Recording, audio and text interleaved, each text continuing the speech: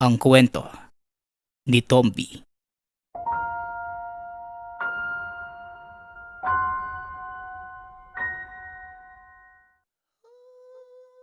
Ang kwentong ito ay hango sa totoong buhay.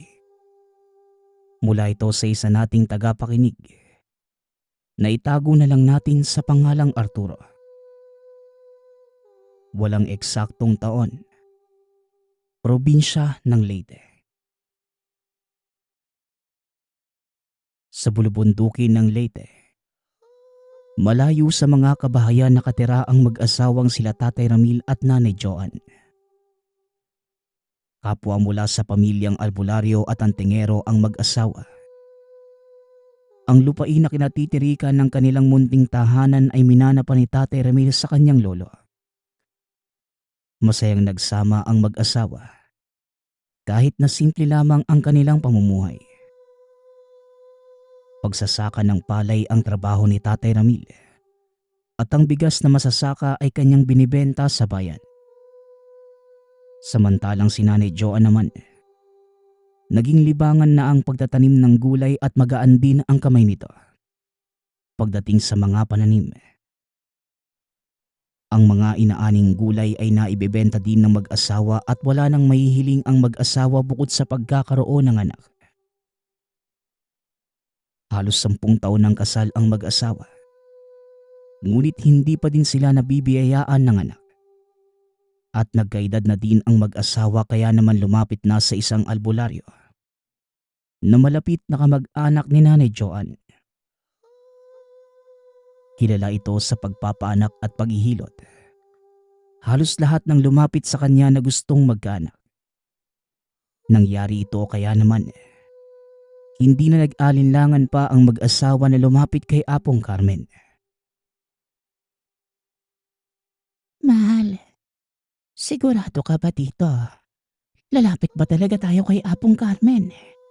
Baka naman kailangan lang natin maghintay ng panahon.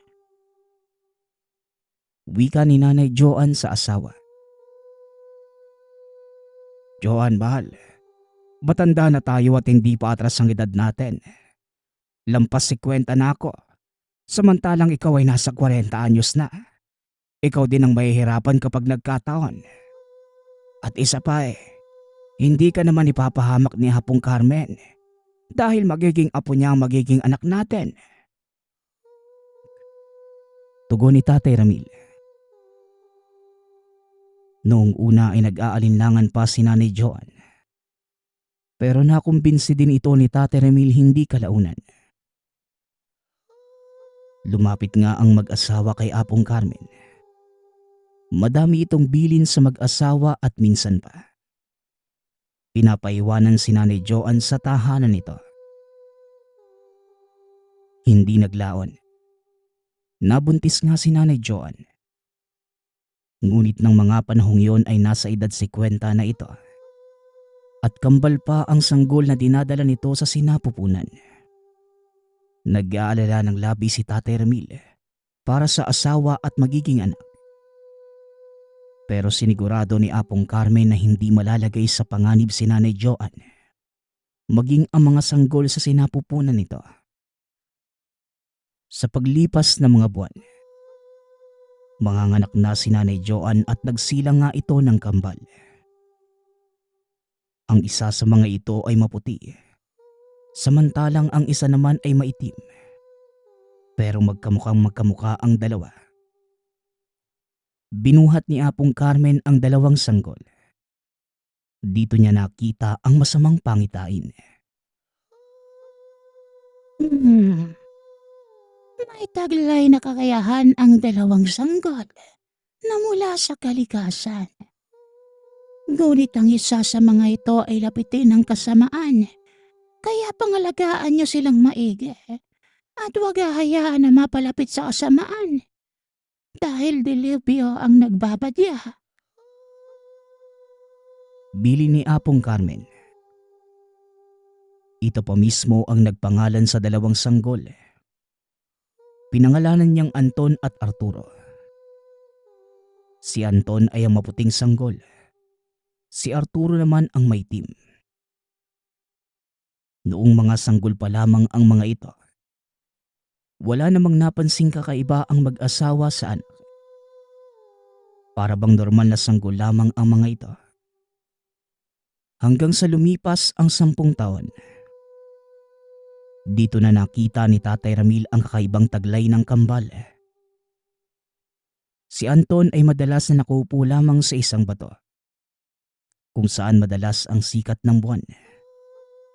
Samantalang si Arturo naman, madalas itong sumasama sa ina na nagtatanim. Madalas pa ay kinakausap nito ang kalikasan. Nang maglaon, lumabas din ang taglay na kakayahan ng dalawa. Si Anton ay malakas at matalino, ngunit mahina ito sa tuwing kalahati ang buwan. Samantalang si Arturo naman, mahina naman ito tuwing may kalamidad. Nakadepende sa kalikasan si Arturo at sa buwan naman si Anton. Lumaki ang magkapatid na busog sa pangaral ng magulang. Magkamukha man ngunit magkaiba ang katangian ng kambal. Si Arturo ay dalisay ang puso, na ginagamit sa kanya ng mga nilalang para malinlang. Samantalang si Anton naman, tuso at matigas, kaya madalas magtalo ang mga ito sa mga bagay-bagay. Ano ba, Anton? Bakit mo naman pinatay yung usa? Baka may pamilya yan o kaya naman anak na naghihintay sa kanya. Wika ni Arturo. Ano gusto mo? Pakawalan ko. Di wala tayo mauuwi para sa hapunan. Alam mo naman na mahina ang kita nila nanay at tatay sa mga pananim eh. Kaya hindi tayo makakatikim ng karne kung hindi ko gagawin to. Tugon ni Anton. Kahit na, ang sabi ni tatay, puro kabutihan lang ang gawin natin. Mali ang ginawa mo eh. Pumatay ka ng hayop. Muling wika ni Arturo. Hindi na sumagot pa si Anton. Binuhat na lamang ang matabang usa. Nainis naman si Arturo sa ginawa ng kakambal. Kaya kagad itong nauna at nagsumbong sa kanilang mga magulang. Anak, ayos lang naman ang ginawa ng kapatid mo. Basta wag lang aabusuhin ang kalikasan. At ikaw naman, Anton, minsan makinig ka naman sa kapatid mo. Wika ni Nanay Joan. Pero Nay, Tay, ginawa ko lang naman to para makakain tayo ng karne. Isa pa, ngayon lang naman ako nangaso eh. Hindi naman palagi. Masyado lang itong si Arturo eh. Akala mo palagi siyang tama. Tugon ni Anton. Oh, ayan na naman kayong dalawa. Palagi na lang kayo nagtatalo sa mga bagay-bagay.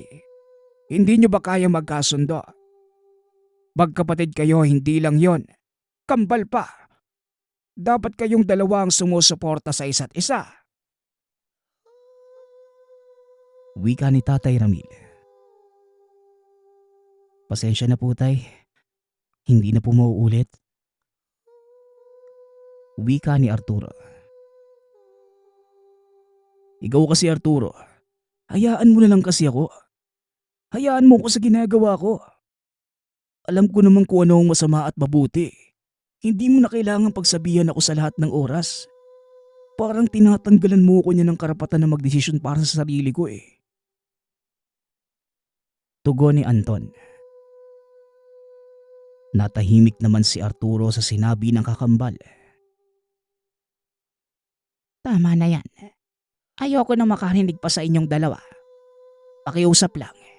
Iwasan nyo ng magtalo. Wika ni Nanay Joan. Napatango lamang ang kambal. Nagpatuloy na sila sa kanilang ginagawa. Sinubukan ng kambal na sundin ang bilin ng mga magulang. Ngunit hindi nila talaga magawang magkasundo. hanggang sa namatay na lamang ang ama dahil sa katandaan. Ilang taon lang ang lumipas ay sumunod naman si Nanay Joan. Palaging nagtatalo sa lahat ng bagay ang dalawa. Hanggang sa nagpasya ang mga ito na hatiin na lamang ang lupa. Mas pinili ni Anton ang bahagi ng lupa kung saan nagtatanim sila ng mga gulay. Samantalang si Arturo naman ay ang parte ng palayan. Naging madalang nang magkita ang kambal. Abala na ang mga ito sa kani-kanilang gawain. Si Anton ay tinuon ng atensyon sa pagpapalakas. Samantalang si Arturo naman ay nagpatuloy sa pag-aalaga ng kalikasan. Minsan ay nakakaramdam ng kalungkutan si Arturo. Palihim niyang pinupuntahan ang kakambal. Alam nito na galit ito sa kanya. Ngunit hindi maiwasan ni Arturo na hindi isipin ang kakambal. Sa paglipas ng mga panahon, natuto na lamang ang kambal na magkahiwalay. Hanggang sa nagpasya si Anton na ibenta ang parte ng lupa na pagmamay-ari niya at bumaba ito ng bundok. Tutol naman si Arturo sa nais ng kakambal. Bakit mo naman binibenta ang lupa nang walang pahintulot ko? Tanong ni Arturo. Bakas sa mata ng kambal ang inis at galit. Lalo na kay Anton. Bakit ba pinakikialaman mo ko? Akin naman ang binibenta ko at hindi ang sayo. Isa pa, gusto ko din magkapamilya. Gaya nila nanay at tatay. Hindi matutupad ang pangarap kong yun kung nandito lang ako sa bundok. Tugon ni Anton. Hindi na ito napigilan pa ni Arturo. Kaya hindi na nagpumilit pa ang kakambal upang hindi na sila magtalo. Kung yan ang pasya mo, wala na ako magagawa pero babawiin ko ang lupa dahil yun na lang ang alaala natin kila nanay at tatay. Kung maisipan mong bumalik, huwag kang magalala. Lagi lang naman ako nandito eh.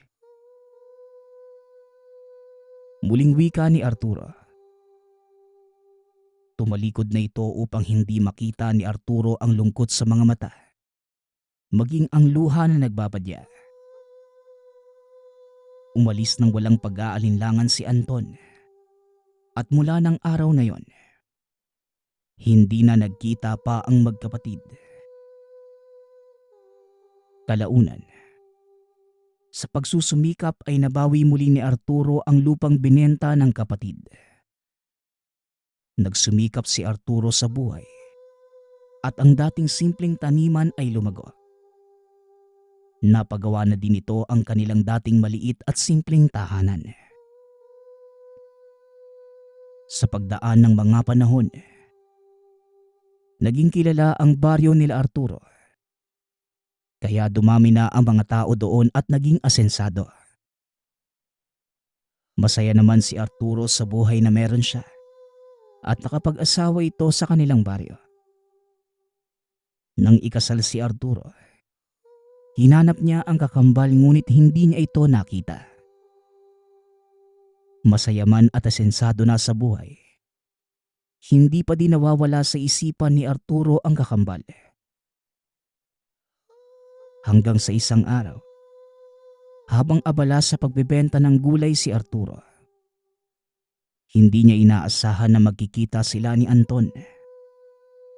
May pwesto ito sa palengke at mukhang asensado na din. Hindi maiwasang matuwa ni Arturo dahil sa mahabang panahon na nagkawalay sila. Muli silang nagkita. Kamusta ka na? Balita ko asensado ka na at may asawa. Bungad ni Anton. Ngumiti naman si Arturo sa kakambal. Masaya itong makausap muli si Anton. Oy, hinahanap kita nung nagpakasal ako kaso hindi kita makita. Saan ka ba kasi nagpunta? Anong balita sa'yo? Tanong ni Arturo. Maabang kwento, Arturo eh. Dadalawin na lang kita sa bahay mo para makilala mo din yung mga pamangkin mo. Tugon ni Anton. Nagulat si Arturo sa sinabi ng kakambal. Ngunit ang mas kinagulat nito ay nangumiti sa kanya si Anton. Sige asahan ko yan. Para makilala mo na din yun na pang-asawa ko. Wika ni Arturo. Matapos ang pag-uusap ng kambal, umuwi na si Arturo na masaya. Naglalakad ito pauwi ng tahanan nang makasalubong nito ang kambal na sila Lucas at Atlas. Alam kagad ni Arturo na may lahing aswang ang kambal na yon. Kaya hanggat maaari, iniiwasan niya ito. Dahil ayaw na ni Arturo na gamitin ang kakayahan. Dahil nais lamang niyang mamuhay ng payapa at simple. Diba? Ikaw yung may-ari ng taniman doon sa may parting bundok nitong baryo? Tanong ni Lucas. Kalmado lang si Arturo ng mga oras na yon. Ako nga. May kailangan ba kayo sa akin? Magsabi lang kayo. Tugon ni Arturo. Aba, mukhang mabait ang isang to. Ibigay mo na lang sa amin yung tira mong paninda. Total madami ka namang pananim eh. Wika ni Atlas. Ngumiti naman si Arturo. Magalang na binigay niya ang mga gulay sa kambal at umalis na ang mga ito. Paggawi, isang masamang balita ang nalaman ni Arturo mula sa asawa. Napeste ang kanilang pananim at halos lahat ng ito ay nasira. Nagtataka si Arturo. Kaya naman kagad niyang pinuntahan ang mga pananim. Laking gulat ni Arturo nang malamang sinadya pala ito. Hindi naman nagaksaya ng oras si Arturo para tugisin ang salarin. At sa halip, inayos na lamang niya ang mga pananim at pinakalma ang sarili. Paglipas ng ilang araw, umugong ang balita sa buong baryo na may biktima ng aswang sa kabilang baryo. Hindi na nagtaka pa si Arturo dahil sanay na siya sa ganoong pangyayari. Ngunit laking gulat nito nang biglang dumating ang kakambal. Umiiyak at mukhang pinagsakluban ng langit at lupa. Oh, anong nangyari sa'yo? Akala ko ba isasama mo dito ang mga pamangkin ko? Tanong ni Arturo. Hindi mo ba nabalitaan? Pinatay ang buo kong pamilya. Ang asawa at 2 kong anak. Tugon ni Anton. Hindi makapaniwala si Arturo sa narinig. Nabitawan pa nito ang tasang hawak at nauutan na nagsabing, Anong sabi mo? Hindi ko alam na pamilya mo ang biktima. Kailangan magbayad ang may gawa nito. Wika ni Arturo. Kilala ko kung sino ang may gawa nito. Arturo, matutulungan mo ba akong patayin ang may gawa nito sa pamilya ko? Tanong ni Anton. Sa puntong yon, napatingin si Arturo sa asawa na nagdadalang tao. Gusto ko naman pero malapit nang isilang ang anak ko eh. Gusto ko sana nasa tabi lang ako ng asawa ko. Tugon ni Arturo. Naupo si Anton. Nagsimula itong magkwento. Alam mo Arturo, nung araw na nagkita tayo, naiwan mo yung bayong mo kaya naisip kong sundan ka. Pero nakita ko yung ginawa sa'yo nung kambal eh, at kung paano nila inabuso ang kabaitan mo. Nainis ako kaya pinarusahan ko sila eh. Pero binigyan ko sila ng pagkakataon para magbago. Gaya ng palagi mong sinasabi pero mali yata ang ginawa ko. Binalikan nila ako at pinatay ang buong pamilya ko. Salaysay ni Anton. Nanlaki ang mga mata ni Arturo. Pakiramdam niya. Kung hindi dahil sa kanya ay buhay pa sana ang pamilya ng kakambal. Sa puntong yun, dito na nagbago ang isipan ni Arturo. Dahil sa sinabi ni Anton. Panahon na siguro para parusahan ng mga masasama. Dahil inaabuso nila ang mga tao. Tama ka, Anton. Hindi lahat dapat bigyan ng ikalawang pagkakataon. Hayaan mo at babawi ako sa iyo. Tutulong ako sa pagsugpo sa kanila nang walang pag-aalinlangan. Tugon ni Arturo. Napangiti naman si Anton sa sinabi ng kambal. Minabuti ni Arturo na bigyan ng pangontra ang asawa. Pinalayo niya muna ito sa lugar na yon para masigurado ang kaligtasan nito. Pansamantalang nagpunta sa Maynila ang asawa ni Arturo upang kahit papano ay makampante ito. Nang makaalis ang asawa, nagsimula na ang dalawa sa kanilang pagsasanay dahil matagal na ding hindi sila nakikipaglaban. Matagal na panahon din ang ginugol ng dalawa para makabuo ng plano. Hanggang sa nagsimula na silang tugisin ang kambal na aswang. Sila Lucas at Atlas na mga panahong iyon. Nagtatago dahil nalaman nila na bertudes ang kambal. Nahirapan pa ang kambal na malaman ang kinaroroonan ng kambal na aswang. Ngunit sa tulong ng kalikasan at ng buwan, natagpuan nila ang lugar kung saan nagtatago ang kambal na aswang.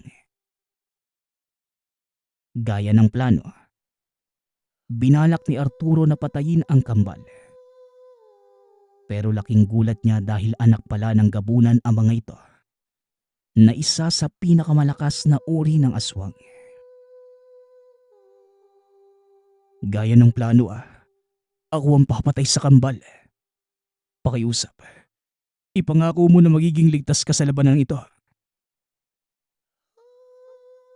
Wika ni Anton. Tumango lamang si Arturo sa sinabi ng kambal. Oo naman, gusto ko pang mahawakan at bahag ka ng anak ko eh. Tugon ni Arturo. Napangiti si Anton. Tumingala sa langit at nag-usal ng orasyon. Nahudyat ng pagsugod nilang dalawa. Nagulat pa ang lahat nang makita ng mga ito ang kambal. Ang una nilang nakaharap ay ang pinuno ng baryong yon.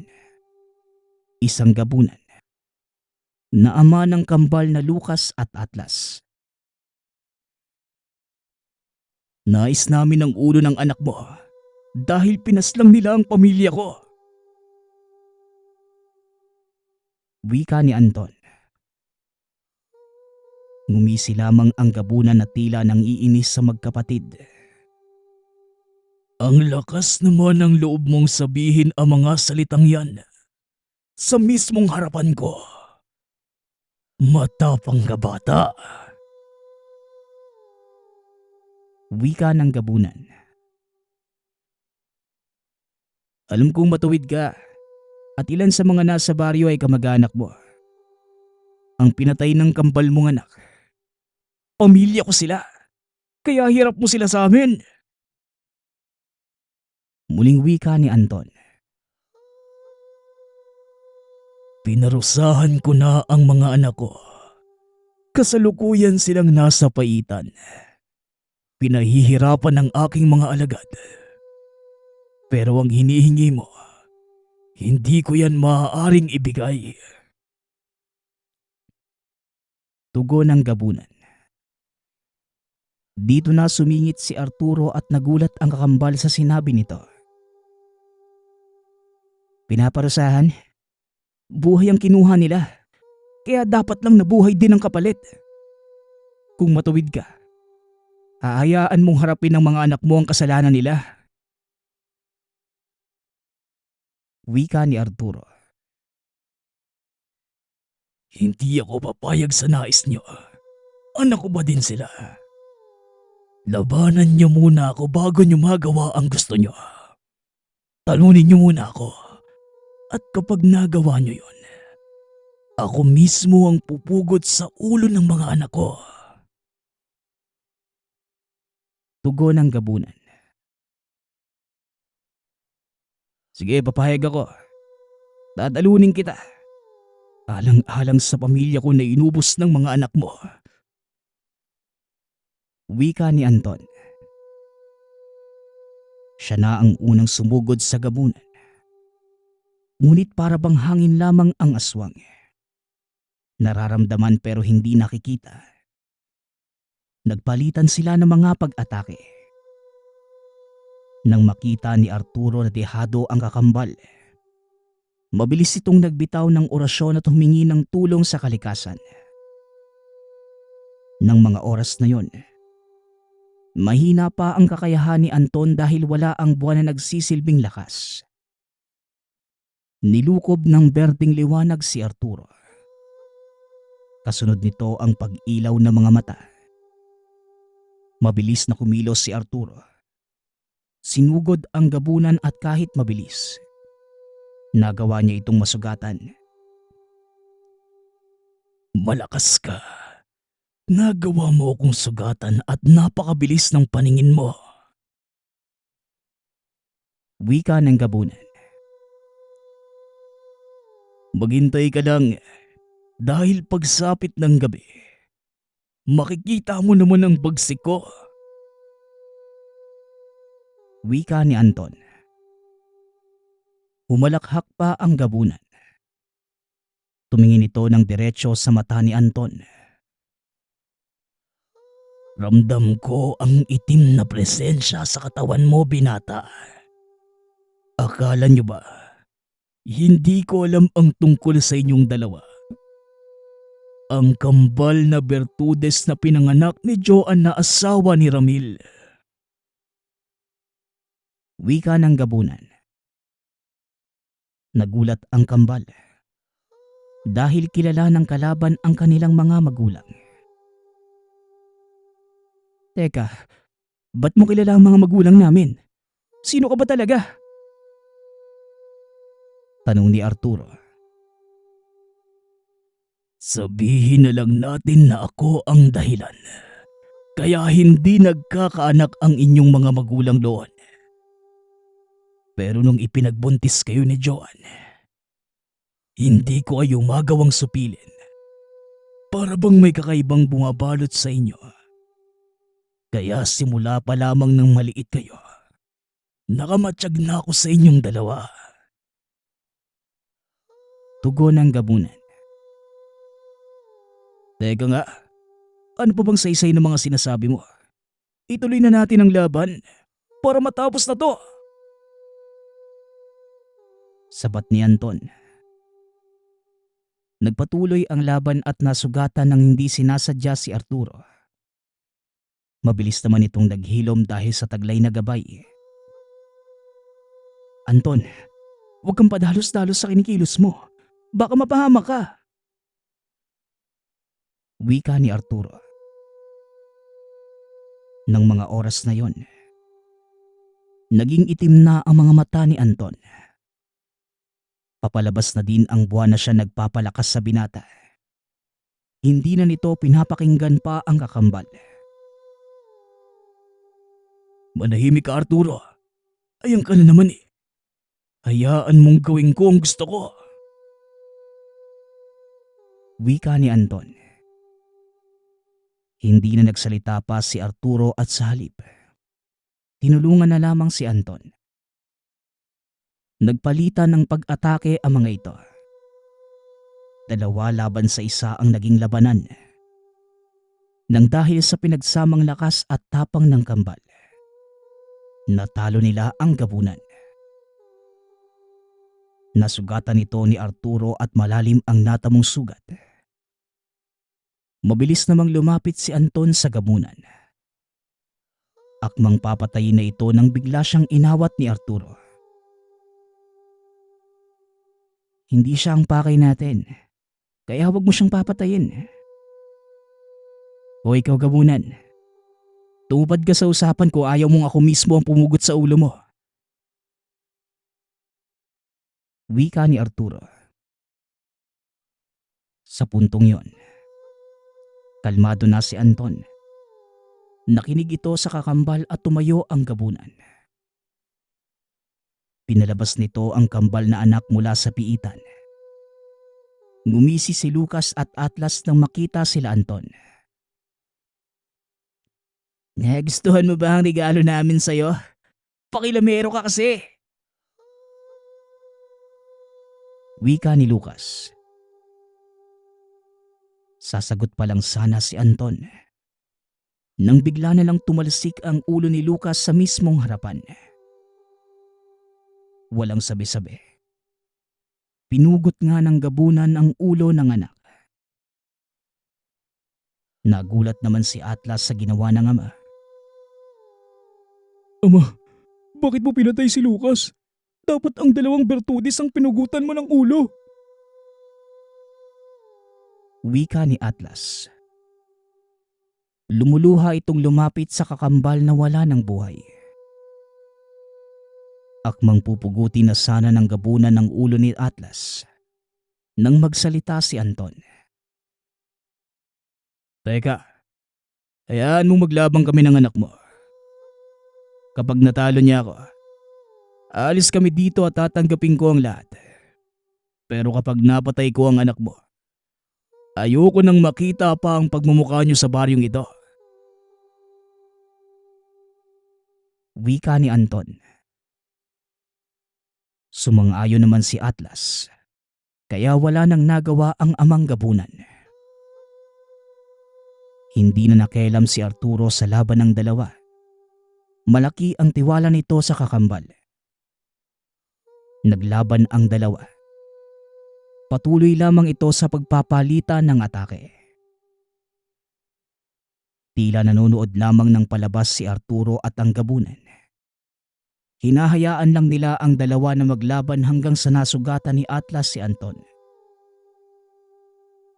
Pupugutin ko din ang ulo mo, kagaya ng ginawa ni tatay sa kapatid ko. Wika ni Atlas. Kita sa mata ng aswang ang galit at poot. Namumula na ang mga mata nito samantalang si Anton naman muling naging kulay itim. Nagpatuloy ang labanan at ilang sandali lamang ang lumipas. Napaupo sa lupa si Anton. Anton, ako nang lalaban sa kanya. Baka mapahama ka lang eh. Wika ni Arturo. Hindi Arturo. Laban ko ito. Kaya ko ito at magtiwala ka lang sa akin. Tugon ni Anton. Napanatag naman si Arturo dahil sa sinabi ng kakambal.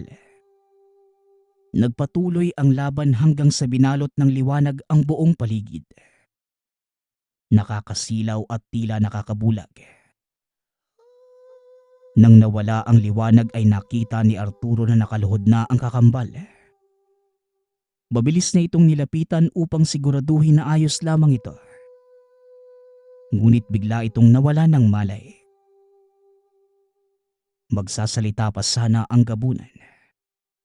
Pero napaluhod ito nang makita ang anak na wala ng buhay. Binuhat ni Arturo ang kakambal. Umalis sa lugar na yon na para bang walang nangyari. Kaagad dinala ni Arturo ang kapatid sa tahanan. Ginamot ang mga natamong sugat. Nang magmulat si Anton, niyakap nito ng mahigpit ang kakambal at labis na nagpapasalamat. Kumain ka na nga muna. nang maibalik ang lakas mo. Nasobrahan ka yata sa paggamit ng kakayahan mo eh. Hindi na kinaya ng katawan mo tuloy. Wika ni Arturo. Salamat Arturo. Kahit tinalikuran kita, hindi mo ko pinabayaan. Patawarin mo sana ako sa mga nagawa ko sa'yo noon. Tugon ni Anton. Ngumiti naman si Arturo sa kakambal. Sabay abot ng pagkain. Kambal tayo eh. Kaya dapat lang na magtulungan, di ba? Sabi nga ni nanay, kayo na lang ang tutulong sa isa't isa. Muling wika ni Arturo. Nakakamiss sila nanay at tatay, no? Sana mas pinahalagaan ko sila noong kasama pa natin sila. Tugon ni Anton. Hindi na yun mahalaga. Ang importante, maayos na ang kalagayan mo. Magpalakas ka. Susundin na natin yung mag-ina ko. Gustong gusto ko na silang mahaggan eh. Wika ni Arturo. Napangiti na lamang si Anton. Nagpalakas itong muli at gaya ng sinabi ni Arturo. Sinundo nila ang mag-ina. Isang malusog na lalaking sanggol ang anak ni Arturo. May balat ito sa kanang braso gaya ng ina ng kambal. Naging masaya ang mga ito sa buhay na kanilang tinahak. Pinaglayuman sila ng tadhana. Muli naman silang pinagbuklod para matutunan ang isang mahalagang aral sa buhay. Yon ay pahalagahan ang ating mahal sa buhay habang kasama pa natin sila. Nagpatuloy ang kambal sa buhay. Tinanggap ni Anton ang nangyari sa pamilya. Bagamat matagal din bago naghilom ang sugat, nagkaroon muli ng pangalawang pag-ibig si Anton. Sa puntong yon, namuhay na sila ng payapa. Mula din nang matalo ni Anton si Atlas, tumupad naman sa usapan ang gabunan. Umalis ang mga ito kasama ang kanilang buong lahi sa baryo ng Kambal. Kahit may sari-sarili ng pamilya, palagi pa din nakabantay sa paligid ang magkapatid. Nagmamasid at handang sugpuin ang kasamaan. Ngunit sa oras na yon, sa wakas ay nagkasundo din sila sa mga bagay-bagay.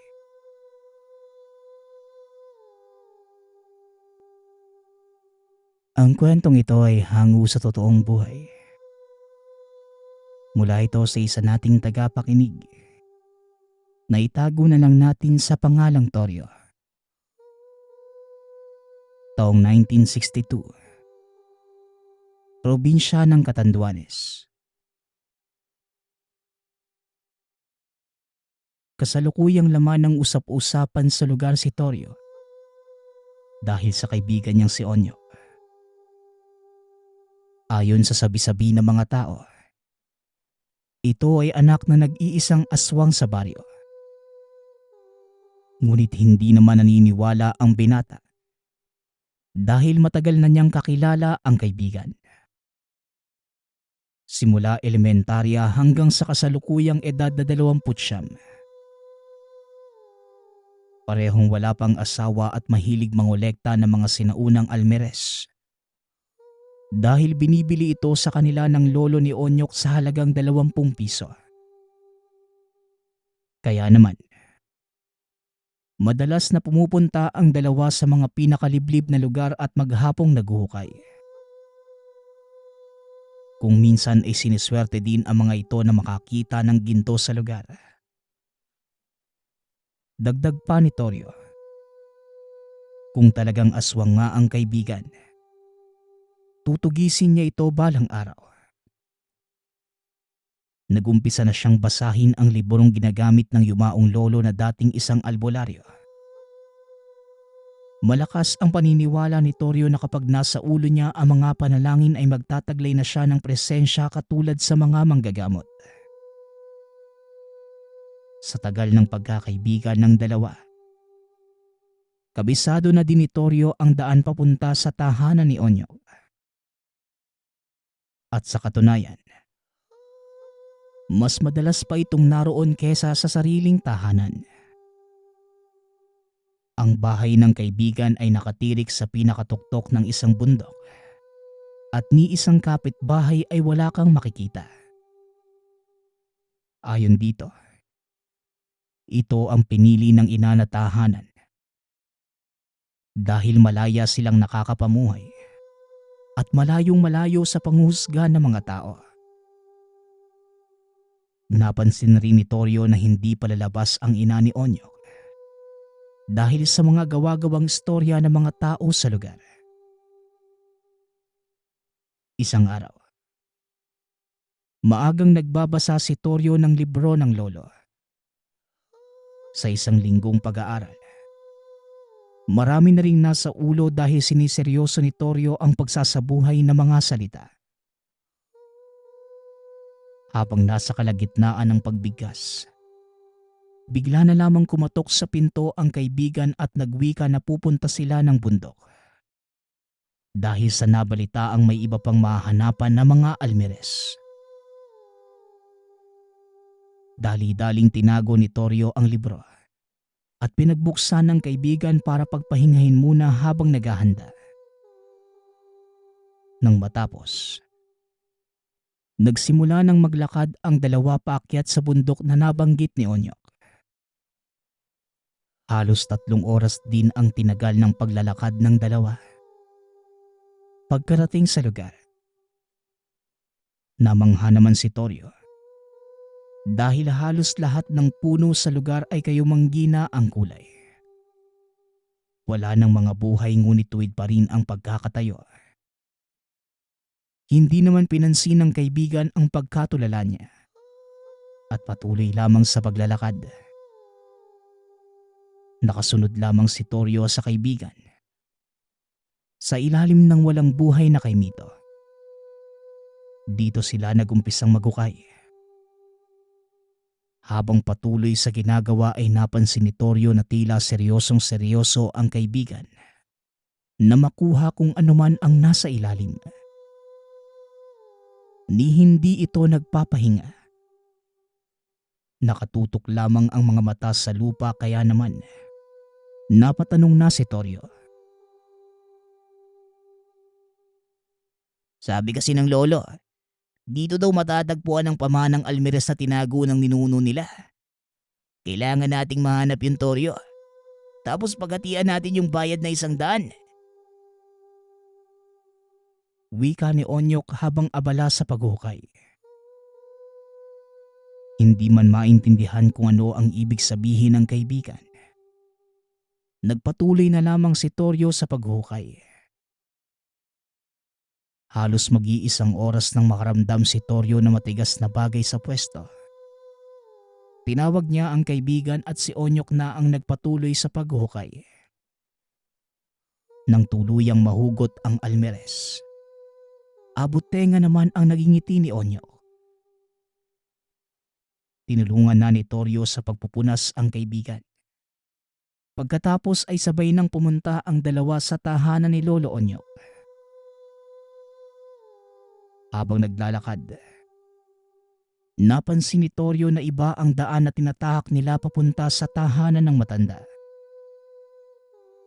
Napatanong na ito sa kaibigan dahil baka nadadala lamang ng emosyon. Hindi, Torio. Tama ang dinadaanan natin. Lumipat na kasi ng bahay si Lolo eh. Bumalik na sa dating tahanan na pamana ng mga magulang niya. Bilisan na natin, dali. Nasasabik na ako makita ang reaksyon ni Lolo eh.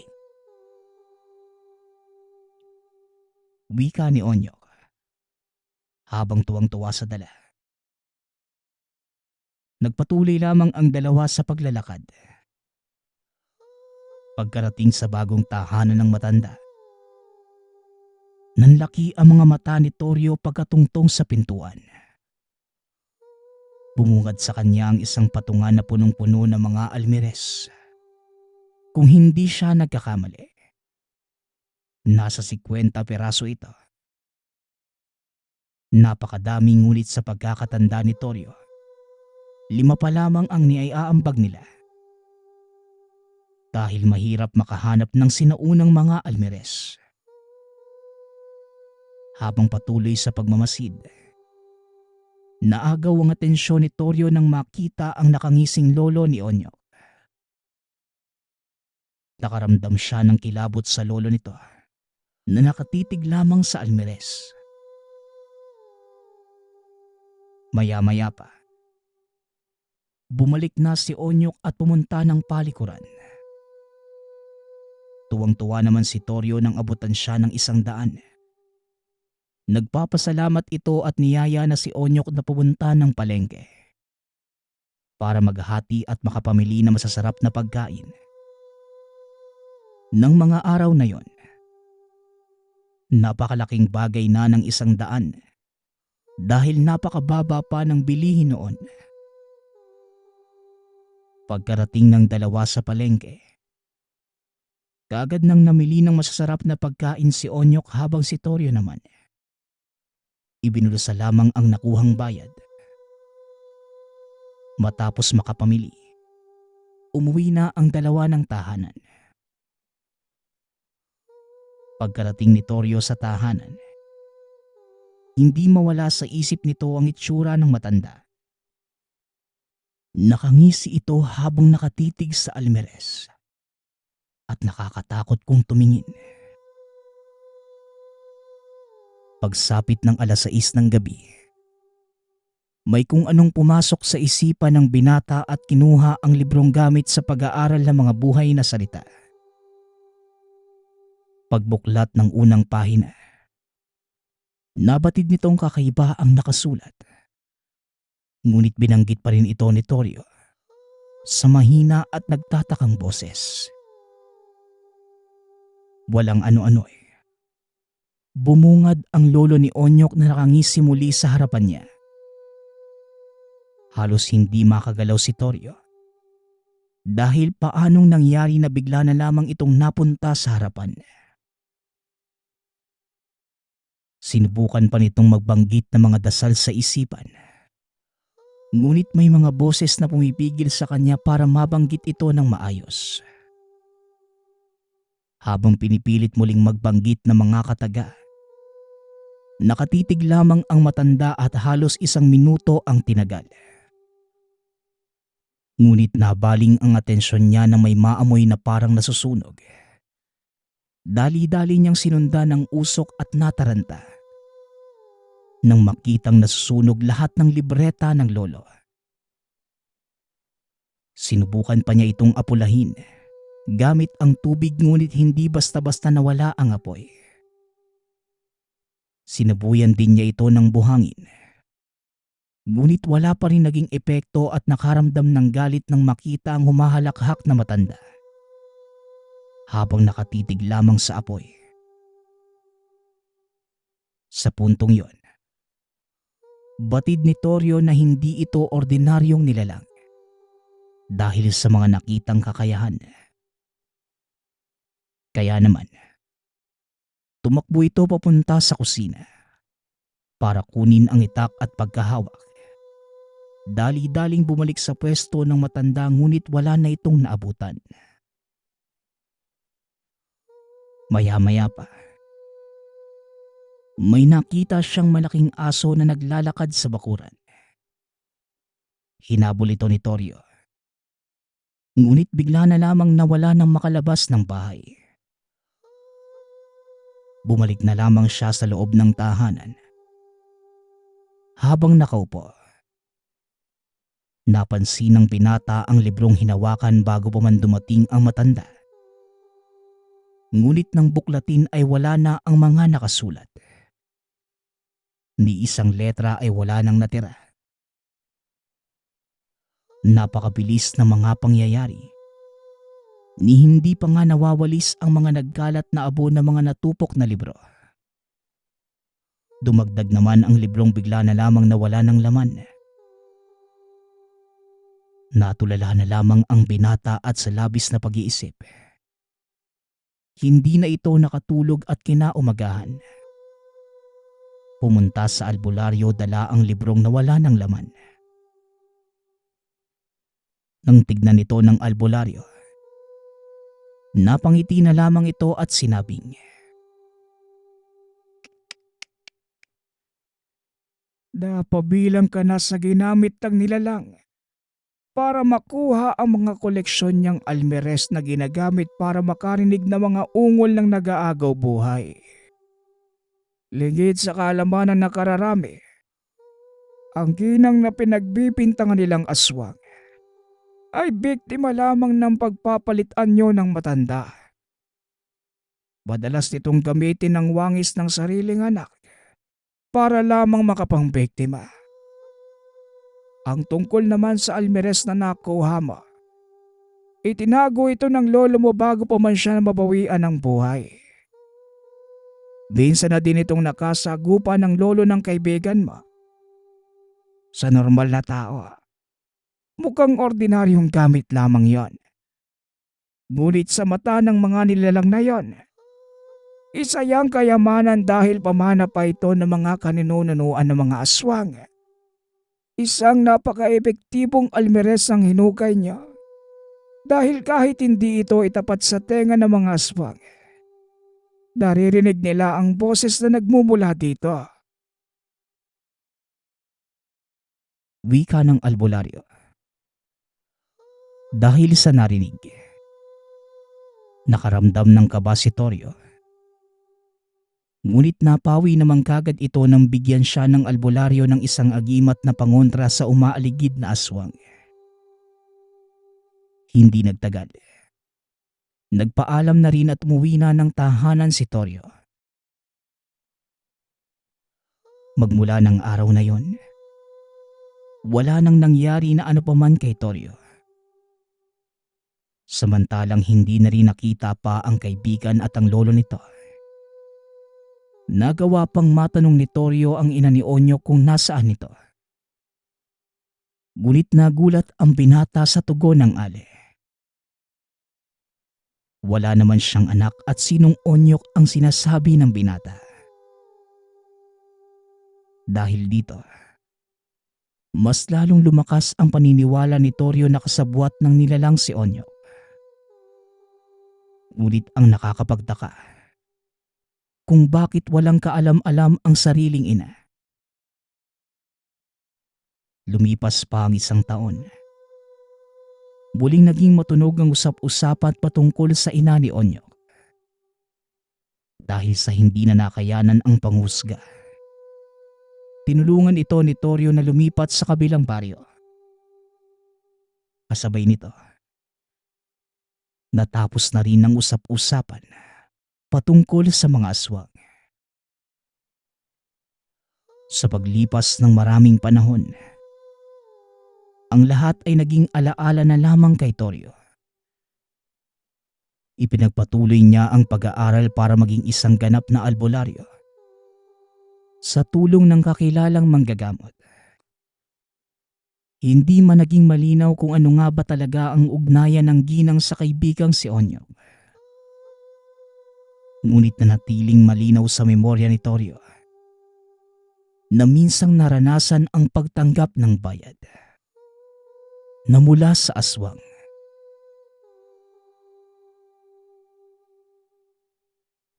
Ang susunod nating kwento ay mula sa isa nating tagapakinig. Naitago na lang natin sa pangalang Leticia. Taong 1969. Probinsya ng Capiz. Matagal nang naninirahan ang pamilya ni Leticio sa tabi ng simbahan. Hindi na nito pinakawala ng oportunidad na maging tagapagbantay sa lugar tuwing gabi. Hindi pa naman matagal magmula nang ipag-utos ng pari na bantayan ang tahanan ng Diyos. Dahil ito sa mga kabataang pag-alagala sa lugar, na walang ibang ginawa kundi batuhin at minsan na may nakawin ang mga santo na nakatayo sa labas ng simbahan. Dahil sa obligasyon ni Leticia, madalas ay magdamag itong gising para masiguradong hindi na mauulit pa ang mga kalokohan. At tuwing umaga naman, umuuwi ito at nagpapahinga sa sariling tahanan. Hindi naman tipikal ang pamilya ni Leticia. Kasama niya sa tahanan ang mag-asawang kinupkup lamang dahil napakabata pa nito ng magkaanak at naging palaboy-laboy sa lugar. Ayon naman sa mag-asawa, hindi naman talaga sila taga dito.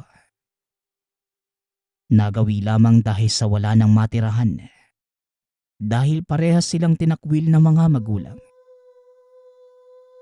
Napakalambot ng puso ni Leticia. Kaya naman nagawa niya itong kupkupin at isa pa ay nakakaawa ang sanggol. Naging malinaw naman sa mag-asawa na ang lalaki ang maghahanap buhay para tustusan ang mga pangangailangan ng anak. Dahil tanging tahanan lamang ang maitutulong ni Leticia. Sa ilang buwang pamamalagi ng mag-asawa sa bahay, hindi naman sila naging problema dahil napakasipag ng asawang lalaki. At sa katunayan, madalas pa nga siyang maisabay sa pagkain ng mga ito. Kaya naman, naging iisang pamilya na din ang turingan ng mga ito. Simbahan at tahanan. Yan lamang ang naging ikot ng buhay ni Leticia sa loob ng ilang taon. Naging magaan din ang trabaho dahil maswerte siya sa mga kasama. Dahil sobrang babait na mga ito. Isang araw, bandang 5:00 ng hapon ay dumating ang kasamahang lalaki sa tahanan. Nakangiti itong lumapit kay Leticia at may iniabot. O Manong Leticia, tanggapin niyo po itong munting regalo ko sa inyo. Gusto ko lang po sana magpasalamat sa pagtanggap at pagpapatuloy niyo sa amin dito. Maraming salamat po ah. Wika ng asawang lalaki. Binuksan naman ni Leticia ang supot. At nakitang ito ay isang kamesang puti. Labis ang tuwa niya dahil yon ang unang beses sa buong buhay na makakasuot ito ng puting pang-itaas. Lahat ng damit ni Leticia ay makulay. Kaya naman, nagpasalamat ito at sinabing nasusuot niya ito papunta sa trabaho. Pagsapit ng 6:00, natuwa naman ang kasama sa tirahan na makitang suot-suot nito ang puting pang-itaas. Pagkarating sa simbahan, walang ano-ano'y bigla siyang sinlubong ng isang sakristan. Halika sa loob. Bilis, pumasok ka hanggat maaga pa. Wika ng sakristan. Dahil sa mukha itong natataranta, patakbong pumasok sa simbahan si Leticia dahil hindi alam ang nangyayari. Pagkaupo sa loob ng simbahan, inabutan siya ng pang-itaas na kulay itim at nagsenyas na magpalit ng kasuotan kaya naman sinunod na rin ito ng binata. Kasabay nito, naitanong niya kung ano nga ba ang nangyari at bakit pinapalitan ang puting damit. Ngunit hindi naman ito tumugon pa. Tumalikod na lamang at umalis. Sinunod na lamang ni Leticia ang sakristan. Iniwanan ang puting kasuotan sa loob ng simbahan at nagpatuloy sa pagroronda. Normal naman ang lahat sa lugar.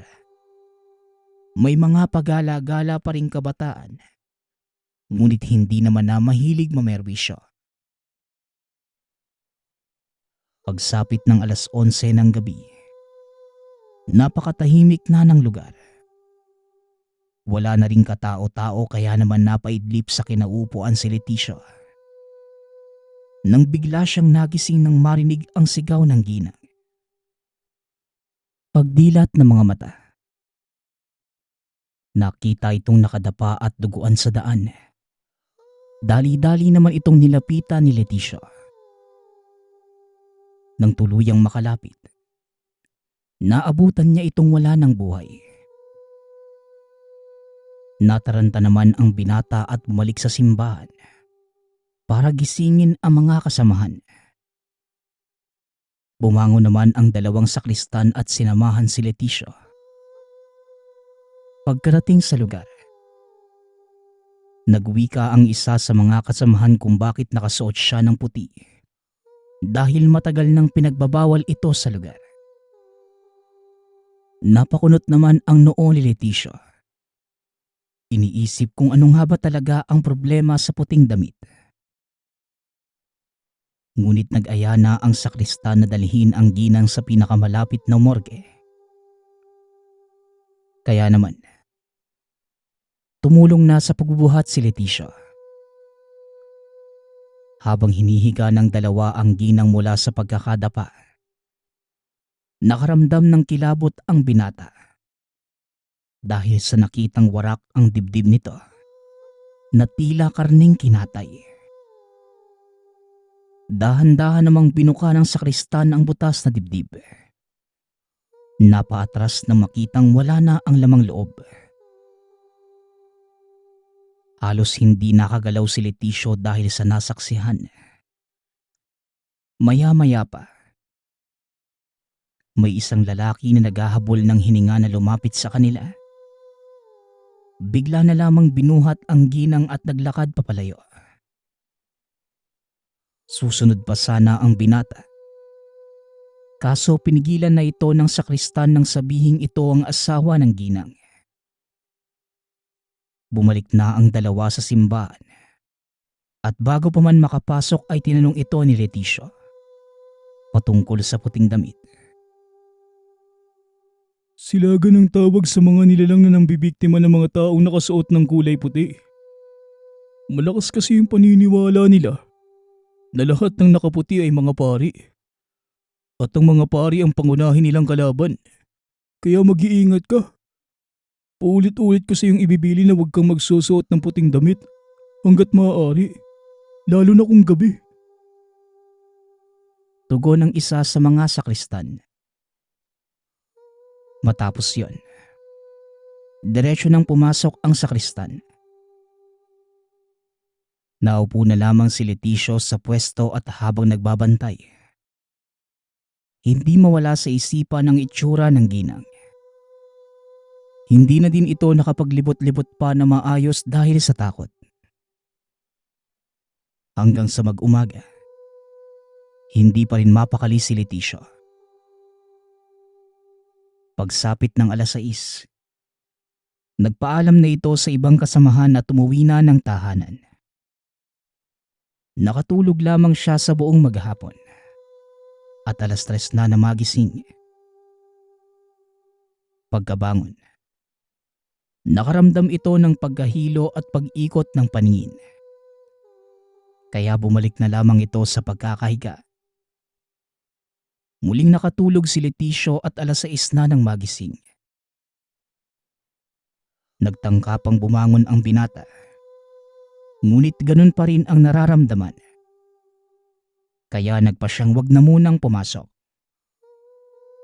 Inutusan niya ang kasamang lalaki sa tahanan. Abisuhan kung sino mang tauhan ng simbahan ang makita patungkol sa kalagayan. Tumango naman ang kasama at pumunta ng simbahan. Pagkabalik nito, inabutan naman niya ng tubig si Leticia. Matapos makainom, naalala ng binata ang tinagong langis na panghilot kaya pinasuyo ito sa kasama. Nang makuha ay hinilot niya ang ulo. Wala namang ibang nangyari kanina. Ngunit pagsapit ng 11:00 ng gabi, nakarinig siya ng mga kalabog sa bubong. Hindi man gaanong maayos ang pakiramdam. Ngunit pinilit nitong tumayo para tignan kung ano yon. Pagkarating, naabutan ang isang lalaki. Walang saplot. Buwaghag ang buhok at mahaba ang tenga. Bilugan ang mga mata. At higit sa lahat, may matutulis na ngipin. Hindi naman galit ang nilalang dahil nakaupo lamang ito. Ngunit maya-maya pa, tumingin sa kanya sabay takbo papunta sa likuran. Hinabol pa ito ni Leticio. Sa kakasunod, nagawi ito sa isang palayan. Dito niya nasaksihan ang pagpaslang muli sa isang dalagitang nakasuot ng puting pang-itaas na damit. Kagaya ng nasaksihan sa simbahan. Ganun na lang din katindi kung paano winarak ng nilalang ang dibdib ng biktima.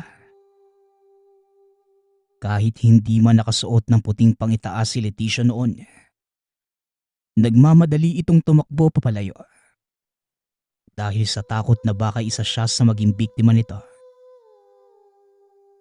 Pagkauwi ng tahanan, hinanap ng binata ang kasamahang lalaki para magpatulong sa paglalagay ng asin sa buong tahanan. Ngunit hindi niya mahanap habang ang asawa at anak naman ito. Tulog na kaya naman nagsimula ng kumalma si Leticia. Hanggang sa pagsapit ng umaga, hindi na inalis pa ni Leticia ang mga asin sa paligid. Ibinilin sa kasamahang babae ang dahilan. Kaya naman magmula ng araw na yon, hindi na nawala ng asin sa paligid ng tahanan. Ngunit ang pinagtataka ng dalawa, kung bakit hindi na umuuwi ang asawang lalaki. Araw-araw na naghanap si Leticia ngunit ni anino nito, hindi na nakita pa.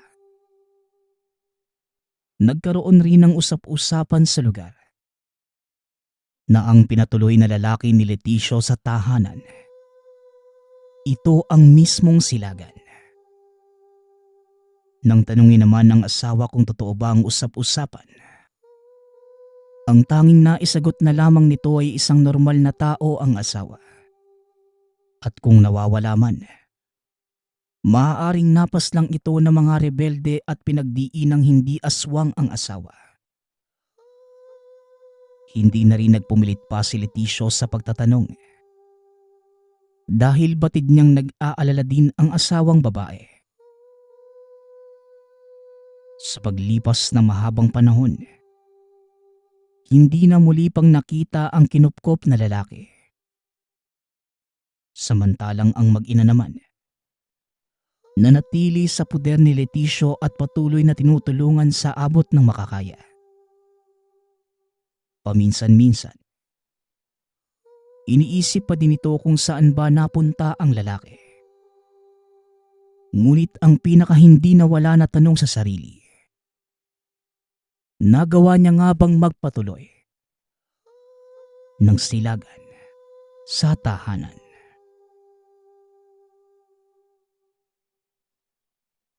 Maraming salamat nga po pala sa nagpadala ng ating kwento. Nawa ay natuwa kayo sa inyong mga napakinggan. Ang opinyon ko lamang po sa kwentong ito wala namang masama sa pagtulong sa mga nangangailangan. Pero dapat lagi nating isipin na kailangan natin maging maingat sa pagpili ng kahit sino. Hindi natin alam. Hindi tayo sigurado kung tao nga ba o elemento ang napapapasok natin sa ating tahanan. Muli, nagpapasalamat ako sa lahat ng sumusuporta sa ating channel. Nawa ay patuloy niyo pong suportahan ang ating mga kwento. Salamat sa muling pakikinig. Paalam.